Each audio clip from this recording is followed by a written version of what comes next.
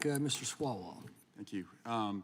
Shapiro, thank you for joining us today. I think it is important that you're here as one of the leading conservative voices in the country. And the country has, in the last couple weeks, talked a lot about and Googled Project 2025. It's one of the most Googled search terms right now.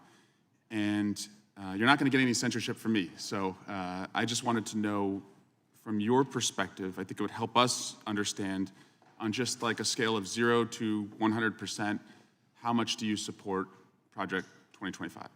I think, like President Trump, I haven't looked all that deeply at Project 2025, but it seems that Democrats on this committee, sort of like Peter Pan and Tinkerbell, if they say Project 2025 enough, their presidential candidate becomes alive again.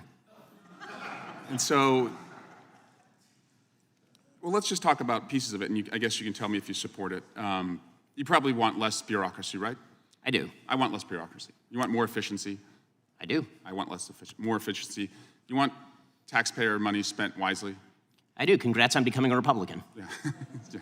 My parents would be proud. Mass deportations, it calls for that. Do you support that part? I support the deportation of any illegal immigrant who is in the United States who is not of benefit to the generalized American public. So if they're picking agriculture that puts food on the tables of everyday Americans, they've never committed a crime inside the United States, they didn't come across with documents, should they be deported? If they have not paid taxes and if their draw on the taxpayer benefits are larger than the contribution they are making to the economy, or if they're involved in criminal activity, they should be deported. How do we measure that? The same way that the IRS measures my income every year. It seems like if the IRS can track down every aspect of every receipt that I've ever submitted, and they can do so for hundreds of millions of other Americans, they can do that for illegal immigrants as well, except for the fact that no one knows how many are in the country thanks to this administration. So you would be cool with creating a system where they could pay those taxes if they wanted to, and then stay and work and put food on our table?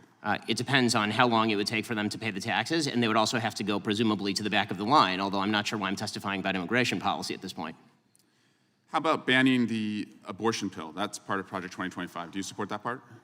I think that that's a state-by-state issue on a personal level. I'm just asking you. Sure, I'm a fully pro-life person, which means that I'm not in favor of the distribution of the abortion pill.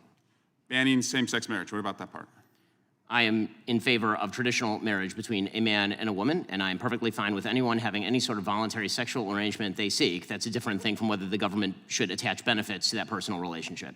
But you think it's a sin to have same-sex marriage? I mean, I'm confused. Are you asking me as a religious Jew what I think about biblically? I'm just asking, is it a sin to be gay? Is it a sin to be gay? I mean, the debate over Project 2025 has taken over headlines, social media, and search engines across the country. In a tense congressional hearing, one of the nation's most prominent conservative voices was called to testify. What followed was a rapid-fire clash over immigration, social policy, religion, and the future of government itself. This exchange didn't just spark controversy, it exposed the deep ideological divide shaping American politics right now. How long do we have here? 2 minutes? I mean, if the basic idea is that sexual orientation is up for government regulation, I'm not in favor of the government regulating the private consenting sexual activity of adults. That is a different thing, once again, from whether the government ought to engage in actual benefits for particular sexual arrangements that adults make. But again, just you to me, is it a sin or not? From a religious Jewish perspective, orientation is not a sin, but activity is. That's also the same perspective of most major religions, so far as I'm aware. Okay. And how about cutting Social Security? Do you support that part of 2025? I'm not sure what Project 2025's position on Social Security is. I'm in favor of the restructuring of Social Security along the lines of privatization and lowering and increasing the retirement age, because you, as well as every other congressperson, knows Social Security is going to go bankrupt, and yet everyone seems to have an interest in lying about it for the next decade and a half until we have to take austerity measures or radically increase inflation or taxes. And bans against books about slavery. Do you support that part about? Why would I possibly be in favor of bans about books about slavery? That would be absolutely ridiculous. What I am in favor of is the idea that school libraries should be able to make decisions along the lines of what exactly is appropriate for, say, a 7th grader and whether they ought to be treated to cartoons and genderqueer. That's not quite the same thing. And just because we found some receipts, you did say, I think homosexual activity is a sin. Yes, I'm a religious Jew, that's true. I'm sure there's a genetic component. You found me out. Orientation. But the view of all religious people I know has always been that sexual behavior is something that is up to you. And you said, I may have a desire to sleep with many women, but I do not. I agree with me. Yes, that's true. Congratulations on your, I'm sure it's very hard to restrain yourself. Mr. Chairman, I just want to shift to Alvin Bragg. He was supposed to be here this week, and he's not coming.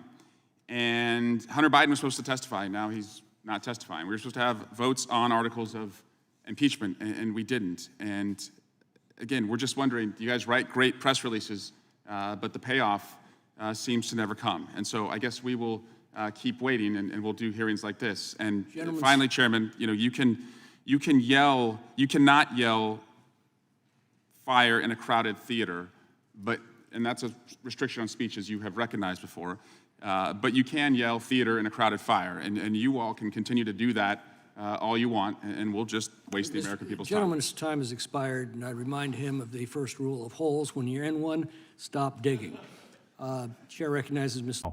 For a more profound political discourse, please like, comment, and subscribe for more further insights.